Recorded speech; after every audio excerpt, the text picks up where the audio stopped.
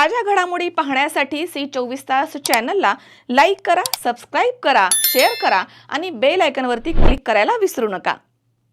आज राहुरी शहरामध्ये आम्हा सर्वांचं आराध्य दैवत छत्रपती शिवाजी महाराजांच्या मूर्तीची अघोर अशी विटंबना झालेली आहे। अत्यंत दुर्दैवी हे कृत्य ज्यांनी कोणी केलं असेल, माझं पोलीस प्रशासनाला आवाहन आहे की तातडीनं आपली सर्व ताकद पणाला लावून, आपली सर्व कौशल्य वापरून या गुन्हेगाराला तातडीनं पकडून कठोरातली कठोर शिक्षा या गुन्हेगाराला झाली पाहिजे।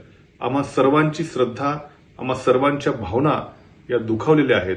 आमच्या राहुरी शहरामध्ये अशी घटना घडणे हे शहराच्या इतिहासाला देखील काळीमा फासणारी गोष्ट आहे आणि म्हणून पोलीस प्रशासनाला माझं आव्हान आहे की तातडीनं या गुन्हेगाराला अटक केली पाहिजे। दुर्दैवानं आज मी राहुरीमध्ये नाही, मी आज दुर्दैवानं काही कामानिमित्त परदेशात आलेलो आहे, परंतु सातत्यानं महाराष्ट्र राज्यामध्ये छत्रपती शिवाजी महाराजांच्या अपमान करणाऱ्या घटना या सातत्यानं वारंवार या घटना होत आहेत। गेल्या महिनाभरापासून त्या कोरटकरनी आमच्या महाराजांना काय बोललं असेल, त्या सोलापूरकरांनी काय बोललं असेल, आज प्रत्यक्षात महाराजांच्या मूर्तीची विटंबना झालेली आहे।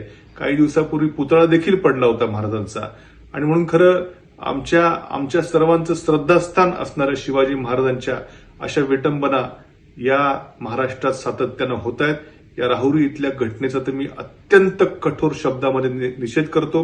काही दिवसात मी पुन्हा परत येणार आहे आणि जोपर्यंत पोलीस प्रशासन या आरोपीला पकडत नाही, त्याला कठोरातलं कठोर शासन होत नाही, तोपर्यंत आम्ही राहुरीकर कोणीही त्या ठिकाणी स्वस्थ बसणार नाही, शांत बसणार नाही। जय शिवराय।